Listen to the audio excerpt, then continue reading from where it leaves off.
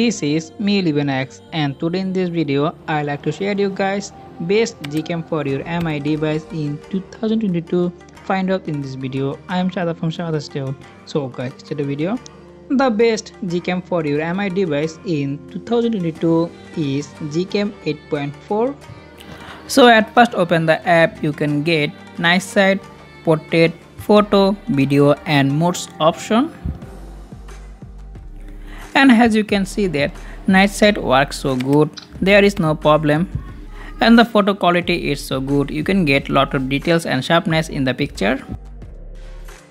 And at the same time you also get 1x and 2x zoom slider, and manually you can zoom 10x, and the video mode you can get 4K video record option, and you also get time lapse and slow motion option.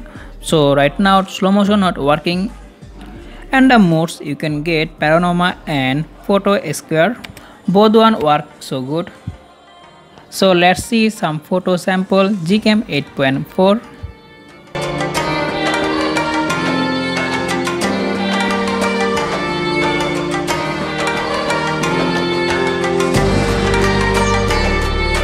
Check out the video description to download GCAM 8.4.